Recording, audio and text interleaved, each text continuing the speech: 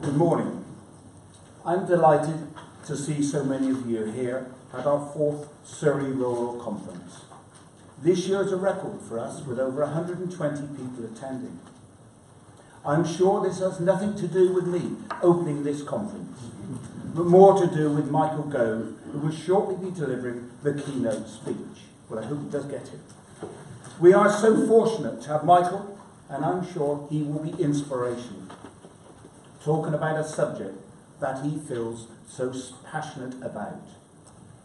You could say, I am the warm-up act for the Secretary of State.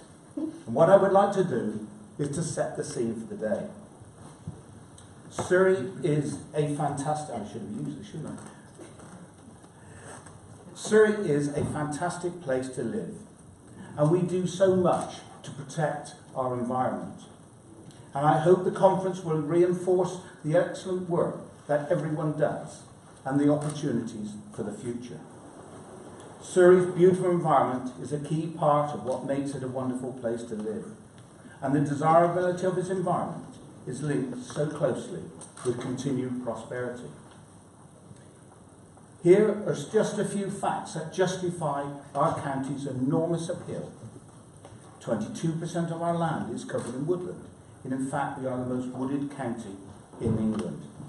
25% of land is covered by the NNB, while 65% of Surrey's countryside estate is covered by designations for its nature conservation.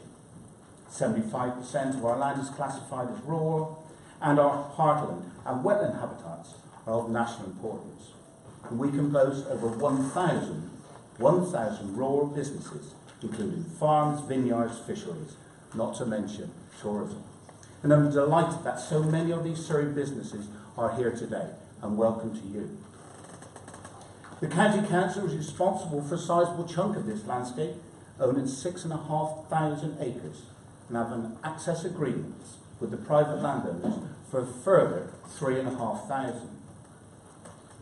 All of it is open for the public to visit and enjoy, whether they want to walk the dog, go on a hike, or just take in the stunning scenery.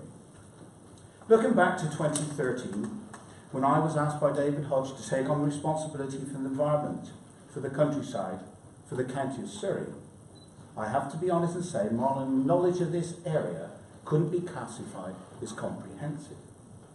But I had a great mentor in Simon Wally. We spent many hours talking about the environment, as well as visiting all our borough and district colleagues. And I'm delighted to see so many of them here today. Welcome. We have all proved by working together we can achieve so much more. 5 years on, the environment is very much a topic of debate, not least for the impact it is having and will continue to have on people's lives. The government launched the wide-ranging 25-year environmental plan focused on improving and protecting our environment. And I'm sure Michael will cover many aspects of this plan later. There is no doubt that it is the most important environmental plan in a generation and will be the foundation of our approach to the environment for generations to come. But how many of you read this 161-page report? Could I have the show of hands? How many people have read the 161 page? Well, a few. So let me test your knowledge. Of those of you who have had the chance to read it, and I'm sure many will tonight,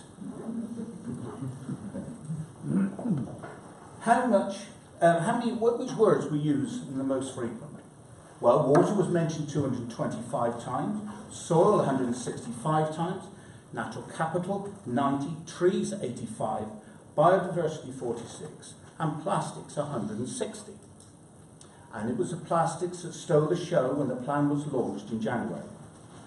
The aim is to eliminate unnecessary problematic single-use plastics, as well as ensuring that all plastic packaging is reusable. This will be a major challenge, but also perhaps an opportunity for businesses. Let me give you one example. Wrapped cucumbers, for example, last 3 to 4 times longer than unwrapped ones. Our soft-skinned variety needs to be wrapped. So will we see the tough, lumpy, tasteless ones from America? Or will we see the British produce a new cucumber.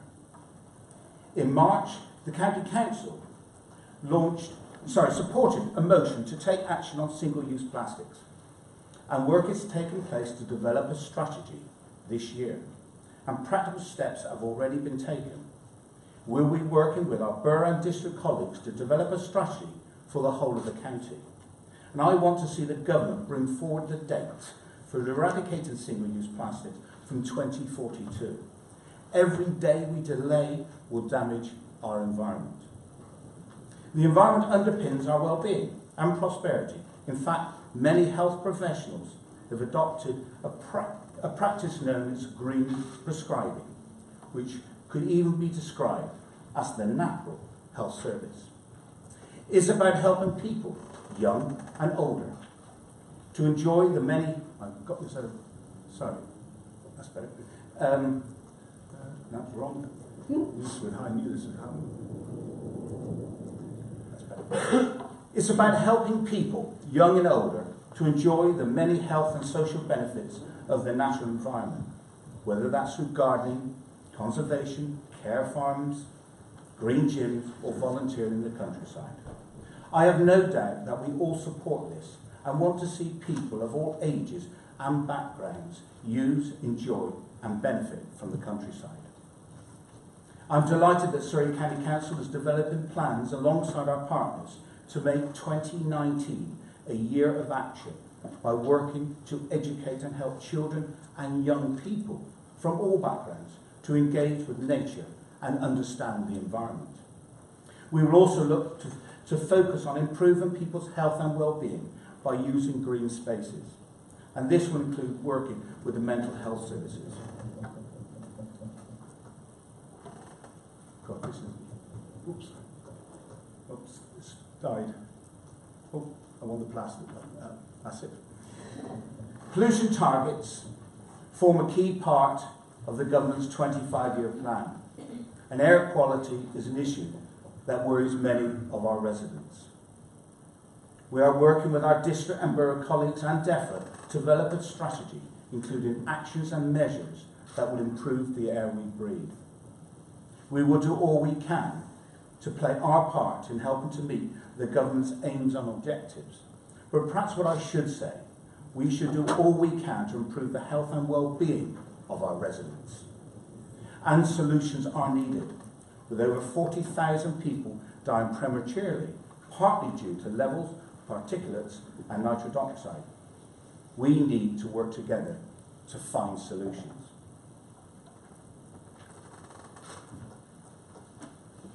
Between now and 2031, we are likely to see more than 60,000 homes built in Surrey.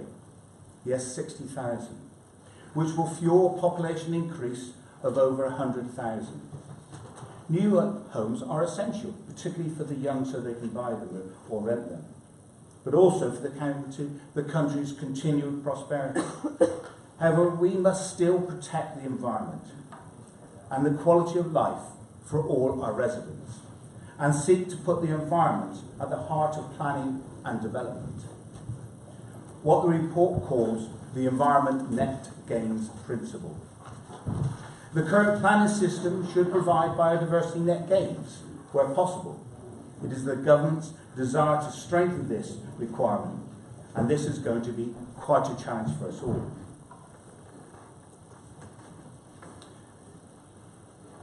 You're saying, why is a hedgehog up there? I will explain. I'm sure I join others in wanting to see councils adopt measures when agreeing planning applications that would protect animals, particularly the hedgehog, that was seen a significant decline in numbers in recent years. This week is in fact the National Preservation Week for the hedgehog, and is a timely reminder of what we can do individually to protect the hedgehog. Councils can also help by adopting planning policy to protect the hedgehog and other animals. If we all play our part, we can protect them for future generations to come. For years now, many woods in the southeast have been undermanaged and grew without any apparent strategy to manage them. Over the last 5 years, Surrey Wildlife Trust which works with the County Council to manage its land, has developed a comprehensive woodland strategy for the countryside estate, and other local councils are starting to do the same. A woodland strategy helps landowners set out a sustainable programme. It means it's possible for trees to be cut down and replanted in the safe knowledge that our woods will continue to be a natural asset. However, the challenge of encouraging private landowners to manage their woods proactively still remains, and we find that some do it better than others. As I mentioned at the start of the speech, it's true that Surrey has plenty of trees. However, the government's report in rural England, we will be planting a further 11 million and 1 million in urban places. This will be challenging, and our priority will be to see trees in the right place and better managed woodlands. The UK is the second biggest importer of forestry products in the world, and also the fourth largest importer of food in the world.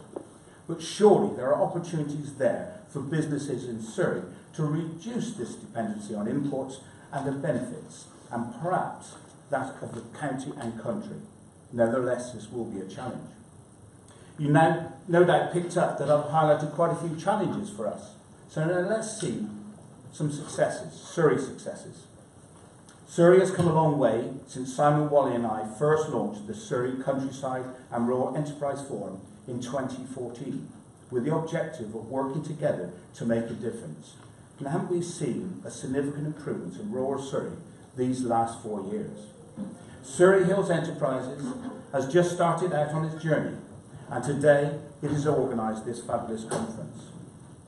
Today, Surrey Enterprises will also be launching the trademark Surrey Hills to provide local businesses with a mark of local quality and a distinguishing banner to market themselves. You will hear more about this very soon. She has also become a key player in working with Surrey's rural businesses, providing them with guidance on a variety of areas. Surrey launched the Rural Statement in 2016 that outlined challenges and opportunities as well as ways of addressing both. We have achieved so much more than we ever dreamed of, but we've still got more to do. We helped to coordinate the relaunch of the Visit Surrey website, promoting the many and varied attractions of the county of Surrey and local businesses. And we promote and have grown the importance of the areas of outstanding natural beauty. In fact, 2018, as you see by the banners here, and Michael mentioned it, celebrates the 60th anniversary of the Surrey Hills being designated as an area of outstanding natural beauty. And there are many celebrations planned throughout the year. I want to give my congratulations to those past and present who have been involved in these last 60 years, and what a credit the AONB is to Surrey. For the County Council's success in the coming years, we'll be making the management of our countryside estate self-sufficient, and at the same time protecting it for future generations. There is huge pressure on local government finances, which has been on the national agenda in recent times, with funding declining and demand for services rising, particularly the support of the elderly, the disabled and children. Our financial environment is extremely tough, and while this represents significant challenges, it also provides opportunities. I referenced earlier Surrey Wildlife Trust manage land on our behalf. Together, we've been developing with them business plans to meet our aim of generating sufficient funds to support the countryside, so everyone can enjoy Surrey's countryside, and the cost is eventually taken away from the local taxpayer. We have grown the revenue of the last 5 years with weddings, filmings, selling of wood, education, fundraising, camping, and an extensive property portfolio. However, we still need to do more. One way we intend to do this is by the introduction of charges at some of our rural car parks. I know some people were against this, may still be against it, but implementing them will help us preserve and improve Surrey's wonderful countryside, and for generations to come. Those benefiting the most will contribute more, and very importantly, all the money raised will be reinvested in the countryside. Indeed, at each car park, there will be notices informing the public how the money has been spent. My vision for the future of the countryside in Surrey is to improve biodiversity and maintain access for recreation, health and well-being for current and future generations. I want to see our estate become a shining example of how to manage biodiversity, landscape and access while generating an income. I see our role as providing greater access for the public, particularly on foot, and to open spaces to learn more about them, enjoy the open air and get active. Today, I can announce that we are launching a consultation with stakeholders in the summer and residents in the autumn to help shape our strategy for the countryside estate. We want to hear what you think and how you find what we should be doing in the future. And Lisa will be introducing this item for you to contribute later on in this conference. The value for people of all ages of our beautiful countryside can sometimes be overlooked. Yes, we can walk and take exercise. For many, it can be so much more. The consultation will take several months to complete and will give us the opportunity to shape the future of our countryside, to protect and enhance the natural world and emulate the government's 25-year environmental plan for our residents and for future generations. For me personally, that would include seeing children and young people choosing to put down their iPads and other devices and venturing into nature. I heard a fantastic, uplifting story not long ago about a child with limited social skills who had difficulty learning and talking.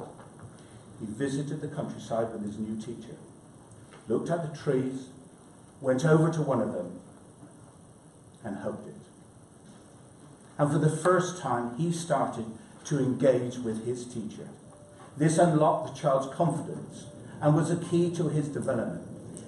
Now, this is just one example of what an important role the countryside can play in all our lives, and why I want to continue to do what I can to protect and enhance it for current and future generations.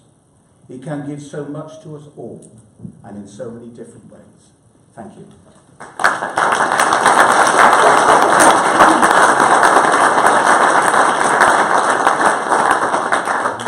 Rather than take any questions now, I think we will go straight into the next speaker. Well, the next speaker doesn't really need much introductions, but I thought I'd look a little bit about our next speaker on the internet, and I find that Michael actually was born in Scotland, and after attending Oxford University, he then became a journalist, and in 2005 decided politics is where he was going to go, and became, in fact, my MP of Surrey Heath. He's now held 3 cabinet positions. But undoubtedly, people will say his role in the environment has been one that everybody has looked up to. His passion, his commitment, his knowledge has been absolutely inspirational. His 25-year environmental plan that he put his signature to in January is, I think, going to be the most important piece of research and the ways of looking after the countryside in all our generations. So it's my great pleasure to invite Michael Gove.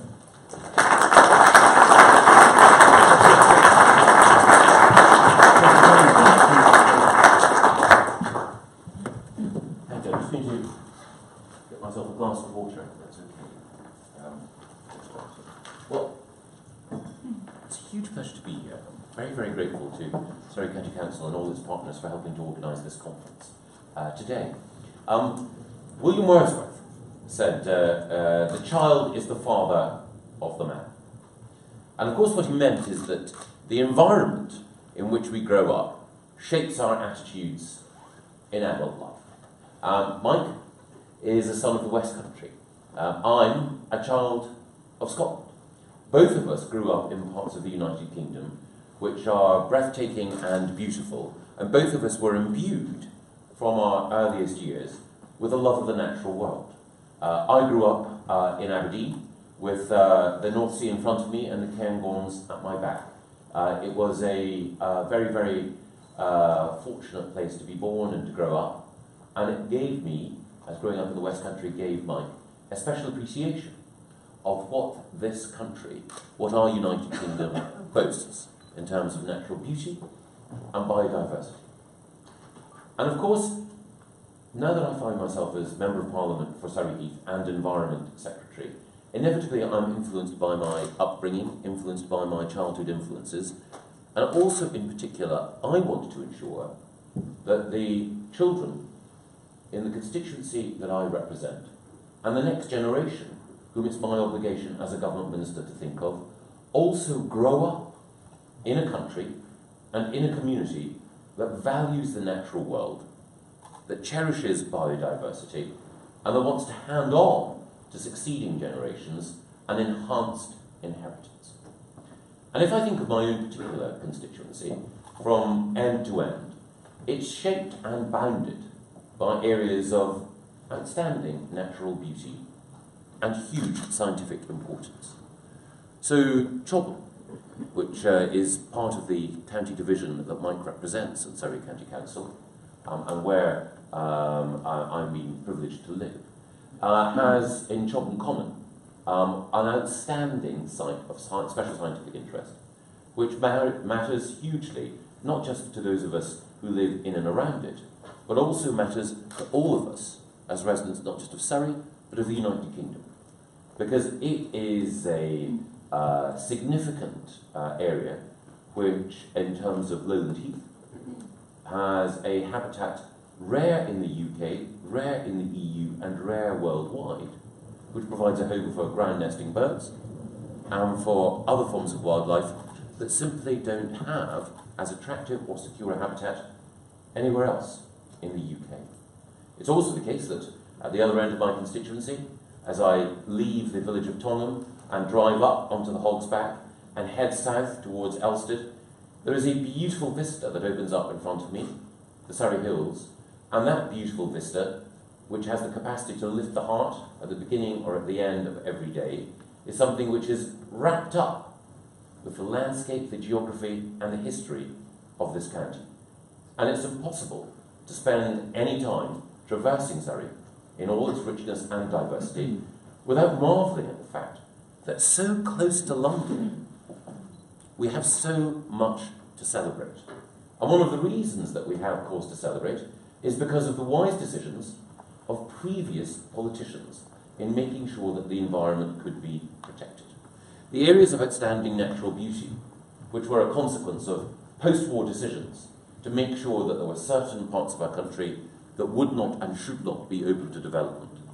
The establishment of the green belt, in which Chobham sits, which ensures that even as a great city like London grows, there is a perimeter around it which provides protection from sprawl and provides a home for wildlife. These enlightened acts of past governments, in order to ensure appropriate protection, are a reminder to us that with the right policies and imbued with the right spirit, government can ensure that we hand on to the next generation an enhanced natural inheritance. And that's a particular challenge for me at this moment, because as we leave the European Union, we are in what's been called an unfrozen moment. We are at a point in our history where the rules that have bound us for the last 40 years while we've been in the EU are now ours to remake as we wish. And of course, this is both a challenge and an opportunity. A challenge, because we know that during our time in the European Union, there's been growing interest, growing appreciation, growing concern about our environment, and as a result, the EU has furnished all of us with rules, bodies, protocols, which ensure that the environment is better protected than ever before. And we want to ensure, as we leave the European Union, that all of those gains, the establishment of certain key environmental principles, the way in which certain actions are better governed as a result of the wise decisions that have been taken, that those gains are not imperiled. But it's also the case, even as we want to preserve that which worked and which was successful during our membership of the European Union, it's also the case that there is an opportunity for us to go further, to do better, to aim higher. And there are particular policies that the EU imposed not least the Common Agricultural Policy, which actually led to practices which worked against biodiversity, which subsidised the erosion of natural habitats, which undermined the health and the vitality of the natural world. And we now have an opportunity, as we rethink the Common Agricultural Policy, and as we rethink so many European policies, we have an opportunity to ensure that environmental enhancement is at the heart of everything that we do. Now, of course, there are some, and I'm all too well aware, who seek to suggest that there is somehow a conflict between aiming higher on the environment and the health of our rural economy. There are some who argue that you can either have your cake or eat it. Now, I'm one of those who believe that this is a false dichotomy. I believe that the tension that has been established and that has been set up by some in their mind between environmental enhancement and economic growth in rural areas is wrong. I believe that it is only by ensuring that you safeguard and protect the environment that you actually have sustainable growth over time. And I think that history teaches us that when we think about trying to generate growth in an unsustainable fashion, you can, for a period, generate a level of economic growth by taking all environmental constraints and ditching them. You can generate economic growth for a brief period, which may be above the trend that you previously enjoyed, but only ultimately by undermining the solid and sound basis on which all economic growth and all human flourishing is based. And we see that now when we look at the broad position of the world economy and of Britain's place within it. It has been the case, essentially since the Second World War, and particularly in the last 2 or 3 decades, that we have been trying to drive economic growth in a way that has been literally unsustainable. That we've been quarrying natural resources from the earth at a rate which meant that we were, in effect, hacking at the tree of life, sawing off the branch on which we sit, undermining the foundation of our future. And nowhere has that been more vividly brought to our attention than in the approach that we've taken towards waste, rubbish, and in particular, plastic. I think any of us who've had the opportunity to reflect over the course of the last 12 months on the way in which David Attenborough and others have brought vividly to our attention how our current rate of use of plastic is trashing the marine environment, damaging life at sea, polluting our planet, and it cannot be allowed to continue at that kind of rate. Anyone who's seen that will have been driven inevitably to the conclusion that there has to be a better way, there has to be an alternative, there has to be a different approach. And that different approach has been embraced with enthusiasm, with vigour, with energy by people across this country, which is why across Surrey this weekend there will be people taking part in plastic pickups, in litter cleanups, and in exercises in making sure that all of us collectively are committed to ensuring that the despoliation of our immediate environment ends as part of a broader commitment to making sure that we treat our planet, this planet, the only planet that we have, with a greater degree of care, respect, and affection. And it's that combination of acting locally and thinking globally that's at the heart of thoughtful environmentalism, and that also characterises my work as a local MP and as an Environment Secretary who has to think about how the policies that we decide in this country interact with life on Earth overall. And again, I come back to my experience thinking about Chobham Common, thinking about the specific environment that I'm responsible for as a constituency MP. Some of the most passionate discussions which I witness or which I take part in as a local MP are about the preservation or enhancement of our environment. Some of the most contentious questions, whether it's car parks and the pricing at Chobham Common, or whether it's potential development on the Green Belt, some of the most passionate questions with which I engage are all environmentally linked. And they reflect the commitment that my constituents feel that so many of us feel towards ensuring that that which we inherit, that with which we grew up as children, that with which we pass on to others, should be protected, preserved, and enhanced. And that takes me to the question of the rural economy overall, and how we balance that passion, that commitment, that determination to ensure that our environment is preserved, protected, and enhanced with economic growth. And my belief is that the future for our rural economy, the future for food production, the future for tourism, and the future for all those of us who cherish and live in or near rural areas, that future will depend on people recognising that we are playing an appropriate role as stewards of, protectors of, enhancers of our natural environment, and that the food that we produce, and the countryside that we look after, and the biodiversity that we cherish, is all underpinned by a commitment to the highest possible standards and the highest possible ambitions for the future. One of the brands that we will be celebrating shortly, Silent Pool Gin, has been a huge success. It's been simply one of a number of artisan gins which have helped ensure that Britain's capacity to earn money at home and abroad as a producer of high quality products has been accelerated at a remarkable rate. Money has been earned, jobs have been provided, economic growth has been underpinned. But the reason that Silent Pool Gin, the reason that other artisan products succeed, is because they're rooted in a specific location. They use the ingredients of that location, the romance of that location, the environment in which they're rooted, to sell to people a particular vision, a particular brand, a particular slice of quality. And Silent Pool's success has been the success of farmers and butchers in Surrey as well, who've also recognised that by maintaining the highest environmental standards and the highest animal welfare standards, they win a reputation for quality which marks out a distinctive position in the marketplace. Britain couldn't, Britain shouldn't, Surrey couldn't, and Surrey shouldn't seek to compete with other food producers on the basis of producing the cheapest food at the lowest price in a race to the bottom. It would be a mistake. It would be unsustainable.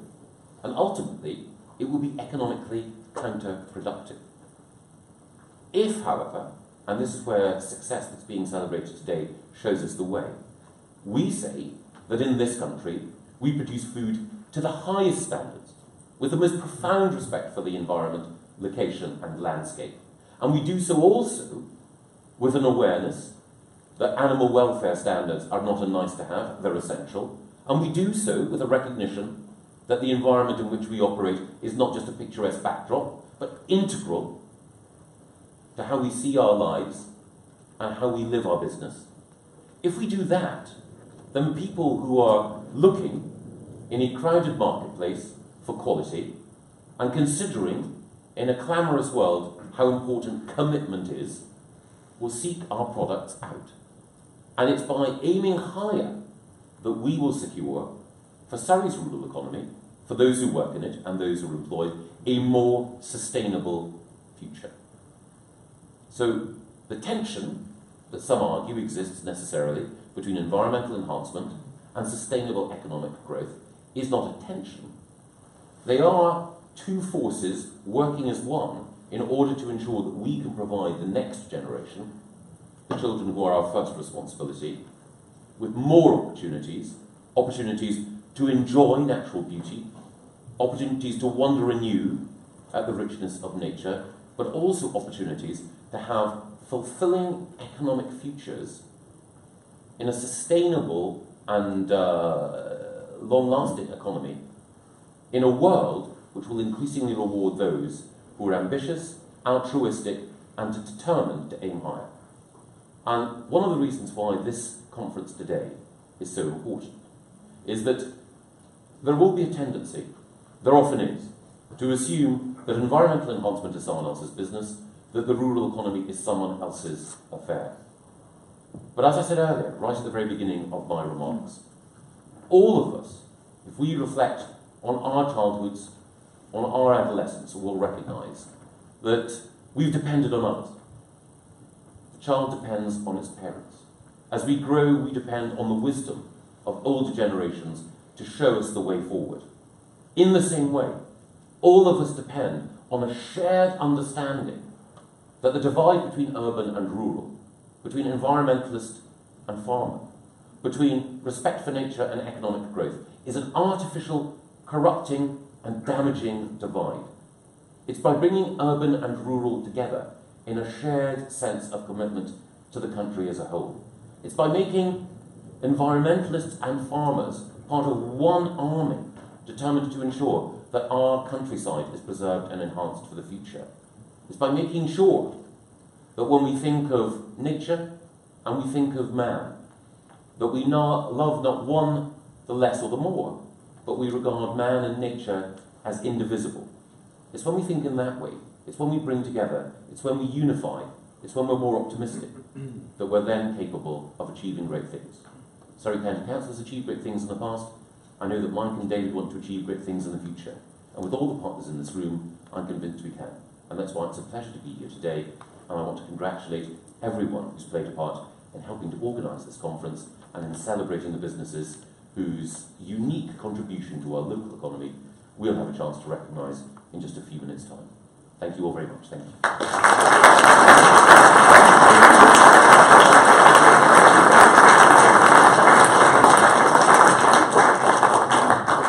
And Mike, very tactfully and diplomatically. Yes, if you could.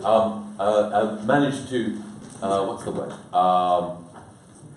Make it clear that there would be questions. And I'm now here ready to answer any of them that you may have. And Mike was also answering anything you might have as well. Who's got the mic? Right, the mic. We've got the mic coming.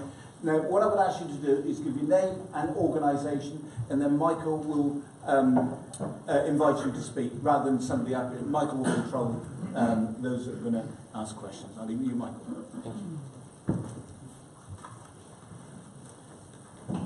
Yes, sorry. No, sorry, in the second row. Hello there. Kathy Miles. Thank you. Hello, Michael. My name's Kathy Miles, and I'm the Programme Manager for Rural Surrey Leader Grant Funding Programme. This has been crucial to develop the economy and diversity of farms and businesses within rural Surrey over the last 10 years. Since 2008, it's provided 160 applicants with over £2.2 million worth of RDP grants, and will have created over 150 brand new jobs. Now, sadly, because of Brexit, this funding is disappearing. Do you know, are there any plans to support the rural economy in Surrey with any future funding? Yes, yes. To put it in context, yes. Leader funding and other funding for rural development is part of the overall amount that Common Agricultural Policy allocates to spend in different ways. Broadly, there's just over £3 billion that we currently spend on agricultural support. Some of that money goes straightforwardly to farmers on the basis of the amount of agricultural land they have in production, on the number of hectares that they have in production. Some of that money goes to farmers, landowners and land managers through specific environmental schemes, as I'm sure people here are aware and many may benefit from. Countryside Stewardship Scheme is simply the latest iteration of that. But some of that money also goes for rural development, which supports economic activity of the kind that you mentioned. There's been a commitment from the government that we will spend at least as much in cash terms right up until 2022 on agriculture and the environment as we spend at the moment. More than that, there will be opportunities to increase environmental spending in two ways. One, as Mike pointed out earlier, we're going to embed the principle of net gain, net environmental gain, when it comes to all developments over a particular size. And that means that every time there is new housing or commercial development, there will be a slice of cash allocated and available for environmental investment. More than that, our approach towards what's called natural capital will mean that there will be new opportunities for organisations and enterprises like water companies to invest upstream in environmental enhancement in a way which means that money which is currently spent, in effect, purifying water downstream, is spent upstream, making sure that the right interventions are made, which ensures that the watercourse is not polluted in the first place, and which brings other biodiversity gains as well. So I envisage more money being spent on and going into the countryside, the environment, and the rural economy overall. Now, the specific schemes that you mention are hugely valuable in making sure that fledgling rural enterprises have the opportunity to spread their wings. One of the things I want to ensure is that we target money effectively in order to ensure not just the fledgling, but that all rural enterprises have a chance to grow. And one of the areas which I know is a problem in Surrey, but an even more acute problem in the rest of the United Kingdom, is making sure that access, for example, to everything from 4 or will be in due course 5G mobile phone coverage and broadband is at a sufficient level to ensure that businesses in rural areas can deploy the technology they need to grow and reach the markets that they need to support them. It's also the case that there are specific interventions that we're looking at to ensure that some of the most innovative and enlightened businesses of the future get the head start that they need. So the money won't disappear.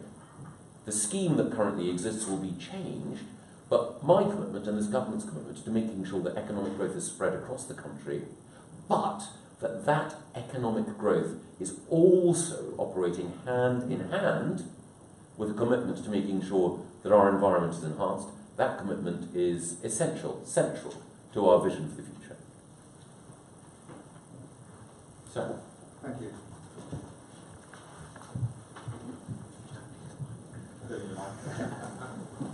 You mentioned economic growth, and I think it's very pertinent to my question. The industrial strategy, unfortunately, makes scant reference to the rural economy. I think there's 4 in there. And we're very aware that the local enterprise partnerships will be starting to do their local industrial strategies. How does the department view in trying to make sure these industrial strategies, which are underpinning the nation's industrial strategy, is fully rural-proof and recognises the value of the rural economy that we bring to the UK PLC? for everyone's benefit, sir, would you say who you are and where you I'm are? very sorry. My name is Simon Matthews and I'm an incomer from the Rural West Sussex Partnership. For West Sussex? West Sussex, but I live in Surrey. No, thank you. No. As I stressed earlier, there should be no divides, whether between urban and rural or between Surrey and Sussex. One of the things about the industrial strategy is that it recognises, and this has become more and more important, or more and more emphasised, I think, over the last few months. It recognises that the biggest manufacturing business in Britain is food and drink. And you can't have a successful food and drink manufacturing sector without a thriving rural economy. They're interlinked. And it's sometimes the case that something that obvious, when it comes to the shaping of language that government uses, or the framing of the debate that government is responsible for, something that obvious is sometimes, what's the word? I hesitate to say taken for granted, but not delineated as sharply as it should be. So in a way, the industrial strategy nods at and acknowledges some of the areas where we need to do better and where we're perhaps underperforming or where additional investment is needed. And it's almost as though the food and drink sector is like the elder brother in the story of the prodigal son. It's doing well, and therefore it doesn't necessarily get the attention that it deserves. But since in the last 12 months, I think one of the things that's been happening in and around DEFRA is a determination to ensure that because food and drink has been successful, that it isn't taken for granted, and that we recognise how food and drink and how more broadly the wider rural economy needs to be supported through a time of transition. Now, I'm not one of those people who believes, following on from the last question, that it's government's role to micromanage economic decisions, to intervene in every market and to pick winners. But I also emphatically don't believe that government should simply step aside and allow the free play of market forces free rein rather. Because what that would do would be, as you acknowledged in your question, to and what I hope I remarked on in my speech, what that would do would be to privilege certain players over others, and to embed the interests of the short term over the long term. And if we're going to have truly sustainable growth across the United Kingdom and in the interest of future generations, then we need to ensure that we don't have a continuing flight from rural to urban areas, continuing pressure on housing in particular communities, continued pressure on water and other resources in particular communities. We need to ensure that growth wherever possible is balanced, and that relies on a mix of tools. The industrial strategy is one of them. Working through local enterprise partnerships is another, but also thinking sensitively about how we can provide rural communities with the additional resources that they need in order to remain healthy in the best sense of the word is critical. That's why I stressed the importance of connectivity earlier, but it's also why we have to think imaginatively about everything from forestry through to tourism, as well as food and drink production, in order to make sure that we've got the right balance. And, oh yes, sorry, in the front row. Just there. Oh, you are behind, even better. Yes. Yeah. Sorry. Hello, I'm Joe Burnham from the Surrey Advertiser. I just wanted to ask that with protecting the environment in mind and keeping the highest possible standards and sustainability going forwards, and the point that Councillor Goodman made about building 60,000 homes, how will the Environment Secretary ensure that sewers on new developments are properly managed and adopted? Because I know there's people in Frimley who have bought homes that have frankly got substandard sewers and they feel like they've got no one to turn to at the minute. So how can we? Well, I think the key thing there is, without wanting to go into any individual case, the key thing is there's a commitment to making sure that we have sustainable urban drainage in all future developments. And where there are existing examples where the wrong approach has been taken towards drainage, then this is ultimately a question, of course, of development control. So with any particular case that anyone might wish to bring to my or to anyone else's attention, I think the most important thing to do is to make sure that the relevant local authority, which has the appropriate responsibility for ensuring that developers keep to their commitments, is in a position to ensure that development control is effectively policed. But the broader question of drainage and pressure on water resources is an important one. And again, it touches on the previous question. It's one of the reasons why I think it's so important that when we think about development in the future, we try to ensure that it's balanced and appropriate. We have a growing population, we have an ageing population, there is a demand for additional housing, but we need to think thoughtfully about where that housing should be, and we need to think in particularly about the resource ramifications of building new housing in areas where development hasn't previously occurred. Yes.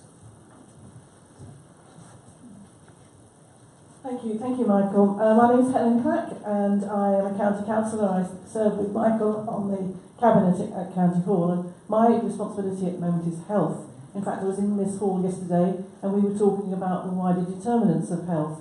And one of the questions that was posed around that is that whilst the NHS provides around about 20% social care of support around health, the 80% that's balanced is around planning, about the environment, about the way and the how that we live.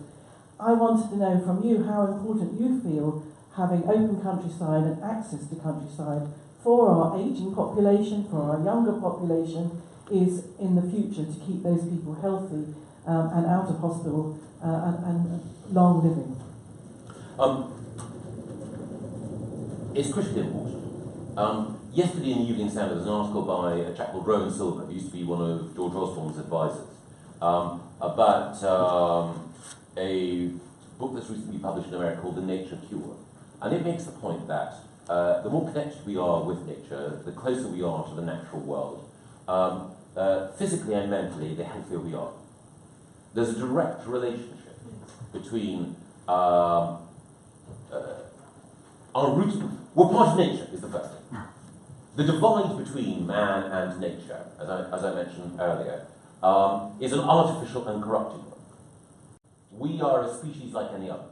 We're a species set apart in that we have a level of self-consciousness that not every other species has, and also we're the worst predator on Earth, and we're one of the few species that actively fouls its own nest. So, you know, we contribute to nature in malign ways as well as being a protector and a steward of it.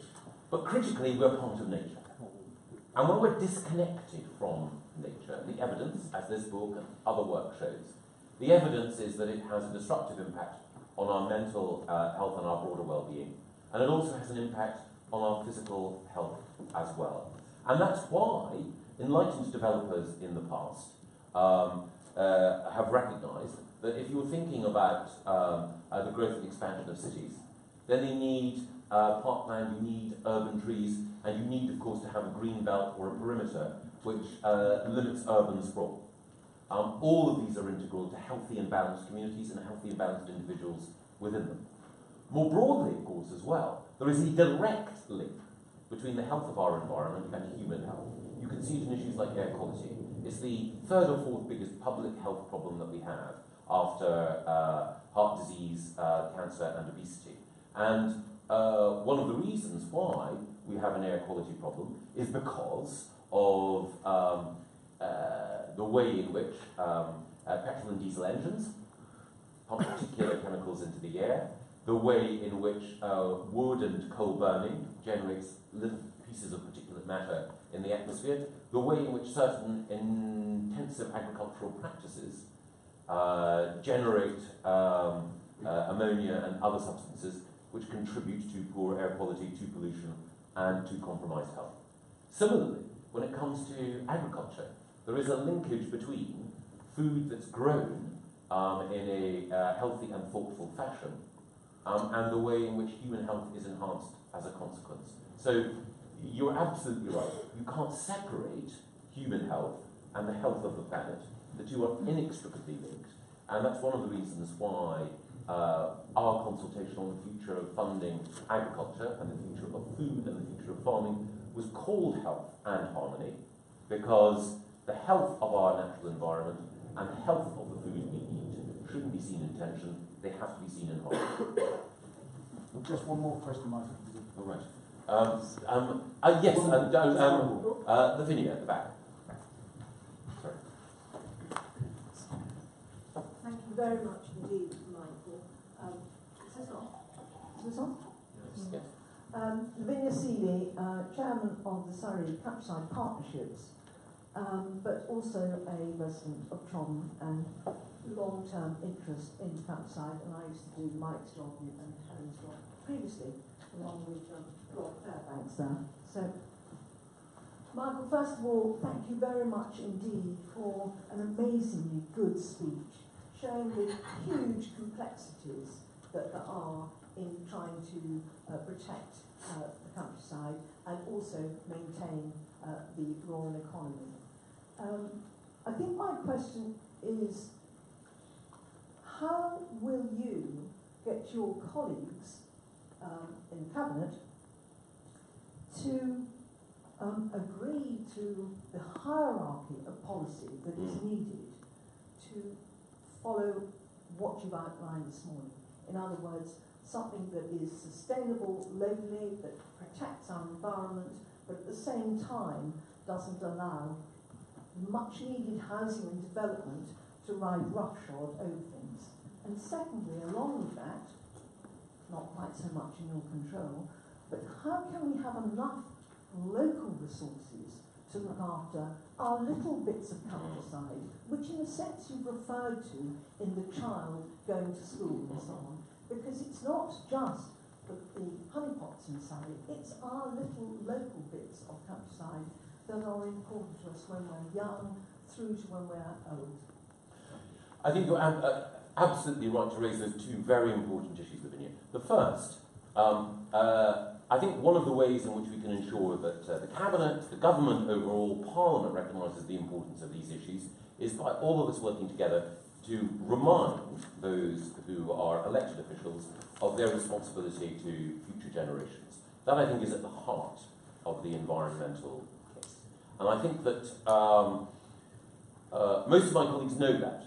And most of my colleagues are struck, I'm sure, by the fact that if you ask, in particular, younger voters, which are the most important issues to them, the environment in all its manifestations, the younger the voter is, the more important it is to them. There's been a growing awareness during our respective adult lifestyles of the vital importance of maintaining, safeguarding and enhancing the environment. I'm reading a book at the moment by an amazing naturalist called Mark Cocker, which lists and charts the history of the environmental movement in this country over the last 100 years. And it's a story, to begin with, of enlightened pioneers seeking to awaken and to provoke the conscience of the nation. But we're now in a situation, and have been over the last 20 years or so, where our consciences, and in particular our children's consciences, are alert and awake, not just to the importance of the environment, but the way in which it is imperiled. And I mentioned plastic earlier as one of the most vivid examples of that, but there's a broader consciousness as well. I saw only yesterday in the newspapers a poll finding that showed that 57% of young people, 18 to 25-year-olds, would vote for a party on the basis of whether or not it had the right policies on the environment, sustainability and climate change. And young people explicitly said that they would be prepared to cross traditional boundaries and to vote for a party other than the party that they'd already expressed support for if they believed that party had the right policies in those areas. And I think if we take party politics out of it, the next generation won't forgive us if we don't get this right, and the next generation will insist that all of us pay attention to these concerns critically. Michael, sorry, can I just say, well, I was really meaning the hierarchy of policy, so that, for instance, green belt Yes. is not, that's what I was really referring Yes. to. How do you maintain that green belt, and is it more important than houses? And that's the real tension. Well, I think that this is where the particular interests of young people are so acutely important, because, again, it's also the case that for 18 to 25, indeed for 25 to 34-year-olds, having a place that they can call their own, having a home of their own is, well, it's increasingly difficult unless they're fortunate enough to have unless they're fortunate. I won't tread too far into that territory. And it's because those who are most anxious to get on the housing ladder are also most concerned about the environment that I think that we are likely to be able to ensure that when development does occur, and where development does occur, it's done at a time and in a way that respects environmental concerns. And that brings me on to your second point as well, about the specific. I talked about two of the most vivid examples of important, iconic landscapes at either end of my constituency. Chobham Common, just off the green belt, and of course the Hog's Back, the furthest south extent of my constituency. Both, as I said, iconic and important landscapes. But it's also the case that there are landscapes throughout my constituency, which you know well, which are less celebrated, less iconic, but cherished just as much by those who live near, in and around them. And this comes back to the point which I think is at the heart of the environmental movement, which is that, and it's at the heart of the remarks that I made, all of us have a respect for and a love of the natural world kindled in us because of the environment around us as we grow up. And it's the experiences we have, the sights we see, the wildlife that we encounter that will spark something in us where we recognise that this is precious, it needs to be preserved, protected, enhanced. And I think, therefore, it's critical that all of us show respect for the affection that individuals have for each individual important part of their environment, which is why whatever development is contemplated, and of course it has to occur in certain areas, we do need to give some thought to what's lost as a result of any development, because what is being lost is a space that's precious to some, and what's being trampled on are memories that are dear to individuals, and it's that space and those memories which help connect us more broadly to the natural world, to this earth, to all creation.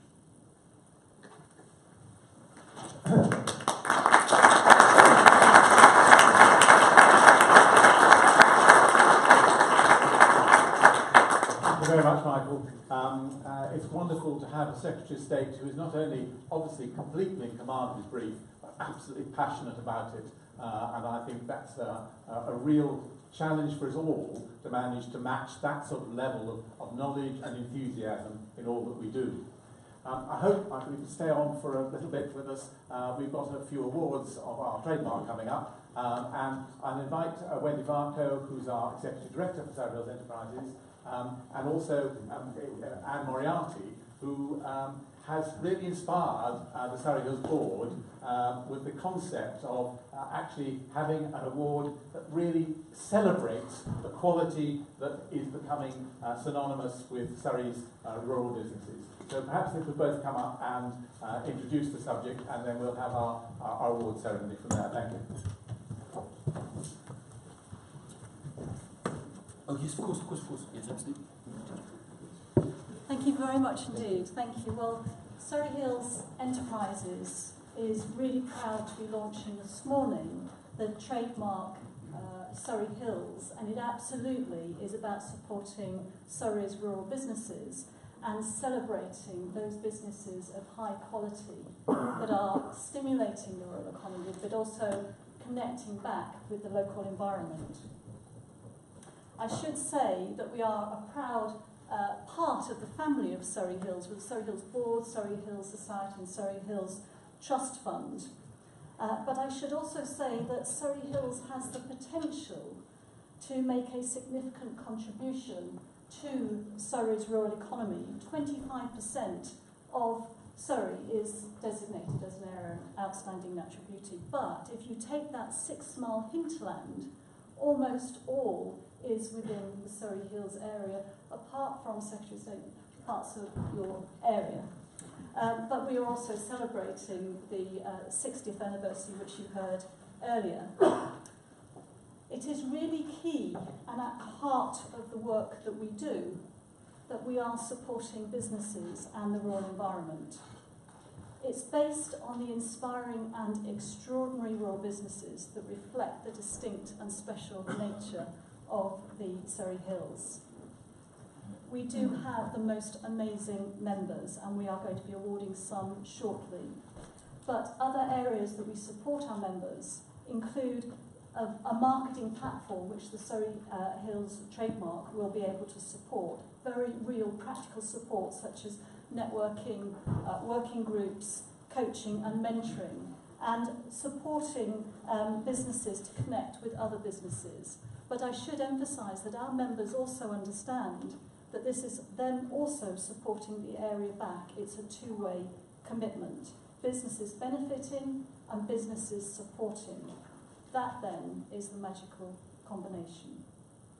So it is about local produce, local services and local businesses. And I'd like to pass to Anne Moriarty, who we are extremely grateful having developed and worked with us to create the trademark Surrey Hills. Thank you.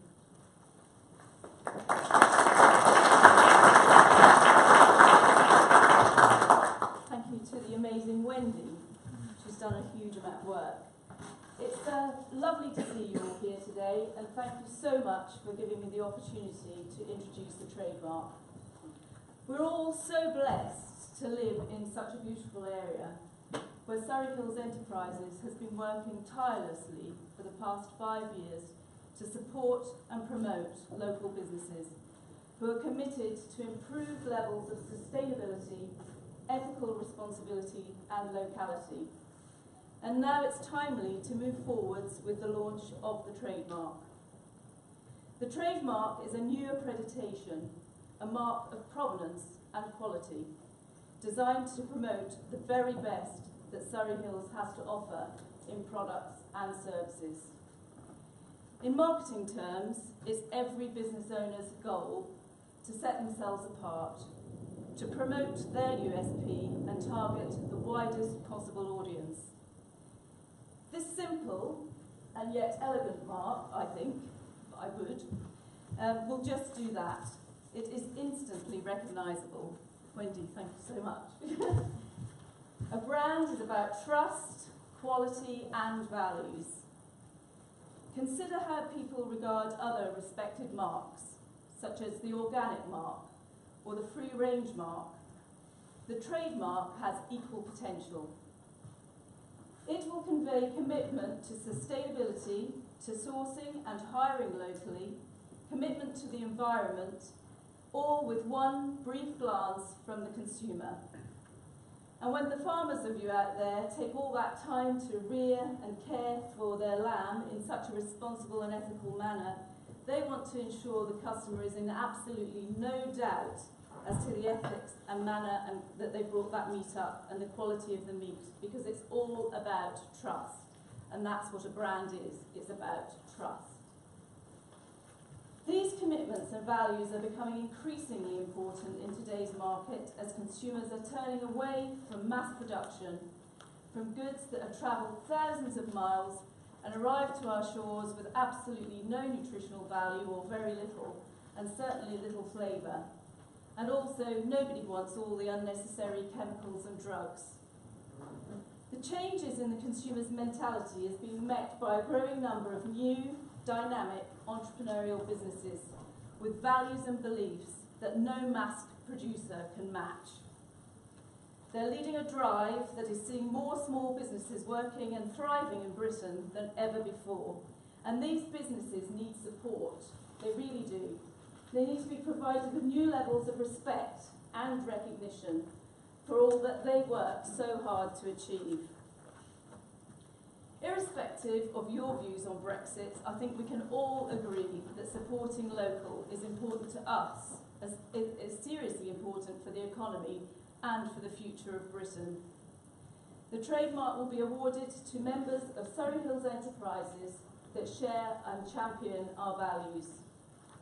It can be used on all products and packaging, windows, vehicles, everywhere. And the more it's seen, the more commercially viable it will become. If you've got it, flaunt it. Businesses will be saying to Wendy and to everybody in Surrey Hills Enterprises that will be giving out these awards, we want to have that trademark because it will have so much value.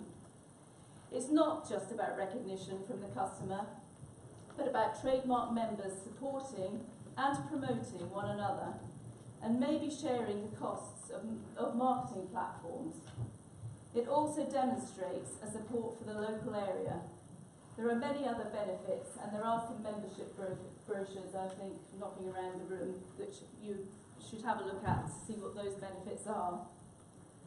We're not being too prescriptive about it all, in that there's nothing worse than having to slap a mark onto your product that doesn't match your brand. And so you can use it in any colour to complement your brand and your packaging. Once a year, Surrey Hills Enterprises will award a gold and silver trademark to the most exemplary businesses. We are lucky to benefit from a wealth of exceptional quality products and services. The trademark will inspire confidence on a local and national level. And who knows, maybe even on an international level, particularly if Silent Pool puts it onto their branding. My vision is to see easily identified local produce sections in every single supermarket. I hope you can see how it can benefit our local community in so many ways. We can make a local economy and we can make a difference because we make it in Surrey. Thank you.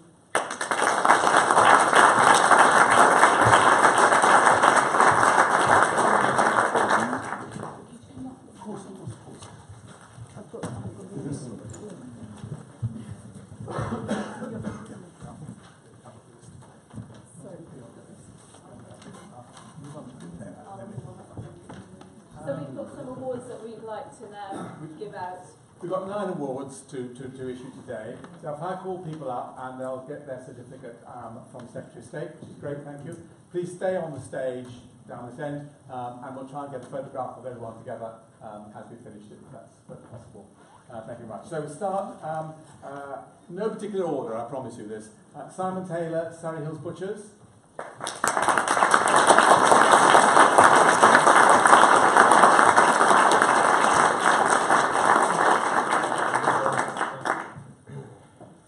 Sam Goody, Surrey Hills Firewood.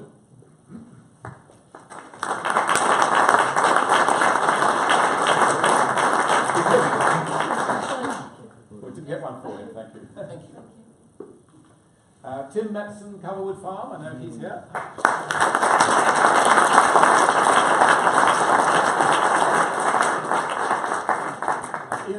Silent Pool Distillery.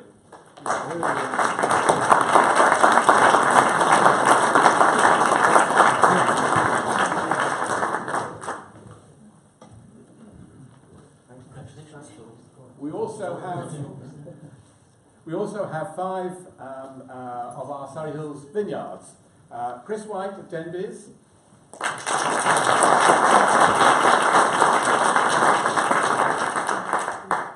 Nick Wenman of Albury Vineyard.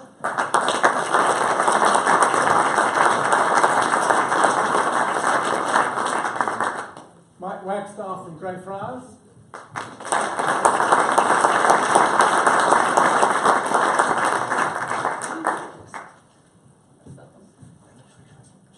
Sibylla, Bruce is away, isn't he? So it's just yourself from High Clarendon.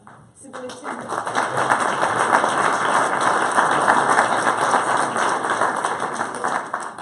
And Graham and Mia Wrigley from Chilworth Manor Vineyard.